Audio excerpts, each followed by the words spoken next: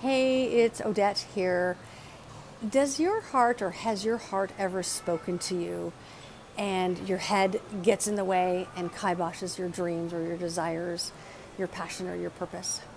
Well, I just want to share quickly sort of the last, the last three weeks, what I've been experiencing as far as my heart speaking to me, and I'm actually listening, probably really for the first time.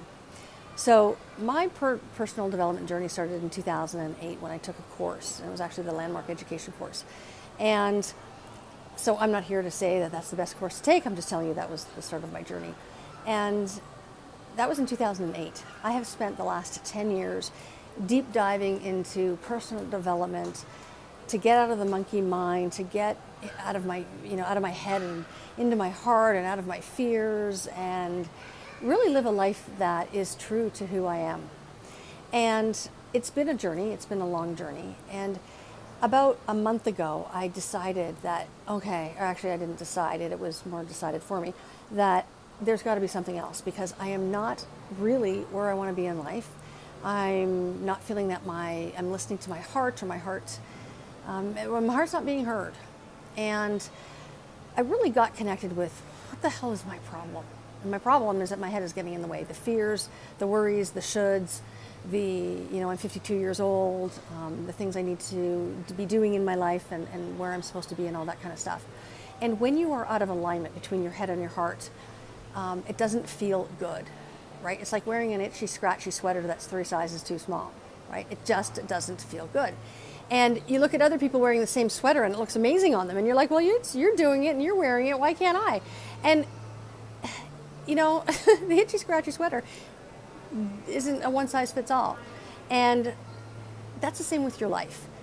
And I am a self-proclaimed comparison junkie. And I hate it. I hate being the comparison junkie. Looking around at other people going, they're better, they're smarter, faster, wiser, younger, prettier, richer, more famous, whatever it is. And I just want to come clean with that because I got to tell you, it's weighed heavily on me over the years. And so let's talk about the last 3 weeks, last month. I made a decision to do a deep dive, deep dive personal retreat in Costa Rica. And it was just speaking to me because I feel like I have tried everything to be true to myself. And I don't feel that, I would hit the mark and then I would, you hit that level and then you plateau and then you need to strive for more. So I've been striving for more for the last 10 years and really deeply striving for more. And being satisfied with, the goals that I've achieved and all of that. But then they're very short-lived. So the happiness is short-lived. And because I know that there's more out there for me, I know that I have what it takes to be more. Forget about the doing, because I have been doing my entire life. I have been sprinting my life away, basically, because when you sprint, you don't stop and smell the roses, and you don't stop and take stock of where you're at. You just keep running.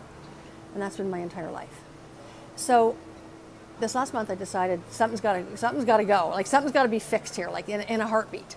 And so I did an event and I happened to meet someone who we had a really great conversation. So as you all know, I do live events, and I did a live event on, I think it was April 23rd here in Toronto. Did an event, and there was a lady in the audience. There was something about her, that was really almost angelic. And she purchased the program that I had. We ended up getting on the telephone, and we had just a conversation about her life. And that's not really where the conversation was. It was about her life, but we just kept going on and on and on in conversation. And there was something that my heart was being pulled towards, and I didn't know what it was. So I asked a question, what work she's been doing, and she told me. And she was going to this retreat in Costa Rica. She told me all about the retreat, and this was a Saturday night, like at 5 o'clock, and Sunday morning by 9 a.m., I registered for this retreat. So I'm not here to sell the retreat. This is not what this is about. I'm here to tell you that when your heart speaks to you and your soul is screaming for you to do something or be something or change something in your life, you have got to listen. And I'm so glad that I listened, because this retreat absolutely 100% changed my life. Now I'm just going to give you a quick, a little bit about what it's about. And it's plant-based medicine. And it was the medicine, the plant-based medicine that's been around for thousands of years has called to me. And the medicine is called ayahuasca. So I'm not here to promote ayahuasca and to tell you that you should take ayahuasca, but I know that it absolutely changed my life because I was ready for a change. My heart is just dying on the inside. And I'm like, okay, I have to do something, because all the shit that I've been doing has worked to a point. I just need to go deeper. And I did. So I went to Costa Rica, scared out of my mind. Didn't know what plant-based medicine was all about. I didn't even, I just registered and I showed up and took part in a lot of the plant-based ceremonies that they had. And I was so connected to my soul and my heart for the very first time in my life. I was so desperate to be able to feel my heart and my desires. And, you know, they call it coming home.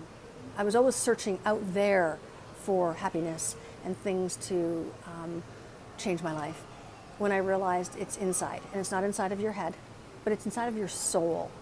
And I came face to face with my soul, with my heart, with my limiting beliefs. And if you know anything about ayahuasca, what it does is it just really gets to the root of, it gets to the inside of you.